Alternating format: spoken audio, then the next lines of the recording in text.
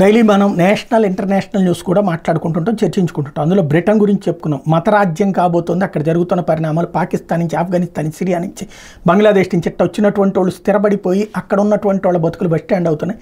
క్రమంగా మతపరమైనటువంటి అంశాలలో విభేదాలు వస్తున్నాయి. అక్కడ మతరాజ్యం తయారవుతుంది. 11 నగరాల్లో ఇప్పటికే మేయర్లు ఆయా దేశాల నుండి వచ్చినటువంటి వాళ్ళు ఉన్నారు అన్నటువంటిది.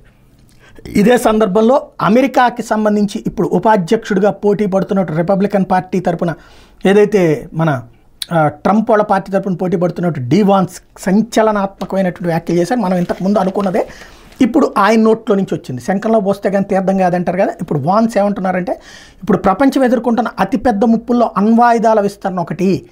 బైడెన్ ప్రభుత్వం దీన్ని నిర్లక్ష్యం చేస్తోంది.